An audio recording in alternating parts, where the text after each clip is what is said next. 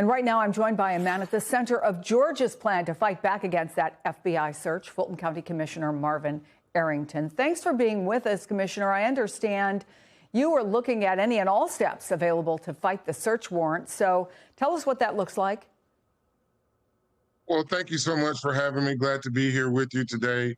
Yes, we're trying to do everything that we can to protect the Fulton County residents, their personal information, our voter rolls, and basically even more than that, though, is to protect the integrity of our elections, right? These baseless claims are tearing away at the fabric of our democracy, right? The sacred trust between the voters and the election process.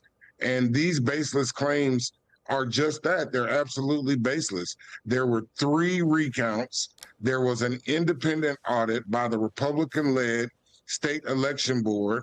And even the Republican Secretary of State and Brad Raffensperger and the Republican Governor Brian Kemp both said that we had free and fair elections in Fulton County. And so, we just have to do everything we can to fight for the citizens of Fulton County. So we've been watching that video of this Fulton County raid that AJC was able to obtain from the local police, a situation where both local officials and federal officials seem to be scrambling to figure out exactly what's going on. I understand you went to the scene a little bit after that. What was your sense of how things unfolded? Well, it was confusing. They had originally had a search warrant for the Board of Registration and Elections, or our elections department.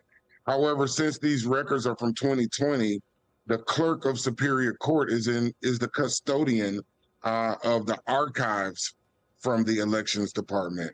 And so they had to go back and get a new warrant for the clerk of Superior Court. But they had already filed a lawsuit for these exact same records and had served a subpoena in that lawsuit, and the judge denied them access. So basically what they did was do an end around to circumvent the civil lawsuit that they filed and that they initiated, and that they were unsuccessful in getting those records. So they fabricated this criminal case, and the 2 statutes that are listed in the search warrant are misdemeanor statutes, and their statute of limitations has expired. And so even if there were a crime, which there was not, even if there was a crime, they would not be able to prosecute anyone based on these misdemeanor statutes that were listed in the search warrant.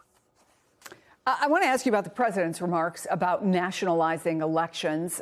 He didn't say exactly where, just 15 places, although he mentioned Minnesota in particular, a state he says he won 3 times, which he did not. But if it happened in Georgia, if they tried to nationalize or somehow take control of elections there, are you having conversations about what you would do about that? Does Georgia have a way to stop that from happening if necessary? Well, certainly we're going to be talking with our partners at the state and federal level to make sure that we do everything that we can, again, just to protect the rights of Georgia citizens, and in particular Fulton County.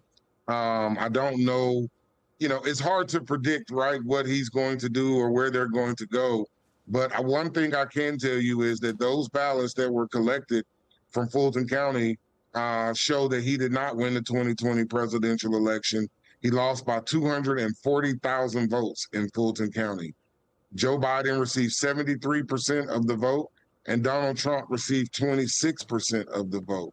And if he was really worried about fraud, this widespread, rampant fraud in Fulton County, why didn't he ask for the 2016 election results? Why didn't he ask for the 2024 election results?